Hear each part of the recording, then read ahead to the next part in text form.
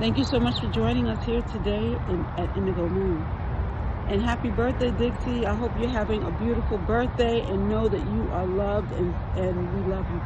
Have a wonderful day. So, value.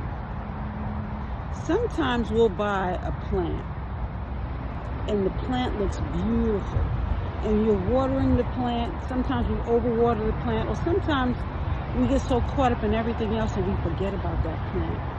We don't value it the same because maybe the flowers are not blossoming during this time of the year. We'll have friends and we'll see them and we'll say, oh wow, you hang out with them today and then tomorrow you meet another friend. And maybe that friend that you used to hang out with is not valued the same because maybe you don't share the same things in common anymore. But what do we value about ourselves? When you say, I value this one lesson that I've learned, and you grow from or grow through that experience, when we're growing and we're looking at the value of that lesson, it becomes a blessing because we can actually utilize that and say, okay, now you can actually learn it, grow with it, and teach it to someone else. That's, as the saying goes, each one teach one. When you're teaching students, you want them to value that lesson so that they can apply it elsewhere. Maybe they'll learn mathematics and they'll be able to apply it to an architectural design.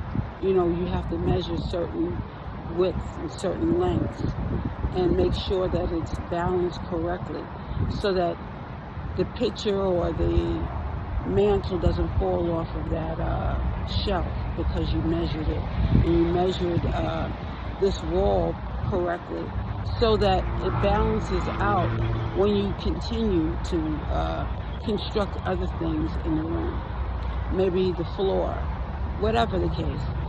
We want to make sure that we are looking at the value of the things that we are applying to our lives. Because sometimes we will forget or we won't pay as close attention to these very things. And sometimes we're just so caught up in life trying to perfect a certain experience or perfect a certain person's experience.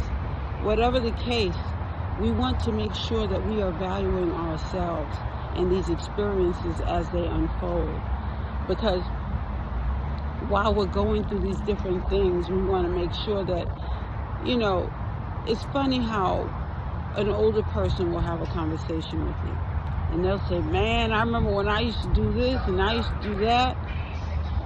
I didn't value it when it was going on. Or I value it more now because I can no longer do those things.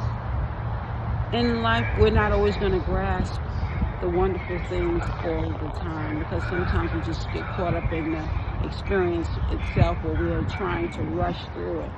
You know, when we were children, we were saying, man, I can't wait to grow up so I can get out of this house. But some of those experiences you value. You valued sitting at the table with your siblings and having cereal. You valued being able to play hide and seek in the house and not having to care about a bill. You value a lot of things now, but not the same as when you were a child. The Bible speaks of being childlike. When you're childlike, you're excited about the different things that you're experiencing. You're happy about being able to perform in that play in school. Again, when you grow up and you become an adult, you put away those childish experiences and you now have to stand on a whole different mantle. It's important that we begin to really value these days as they happen.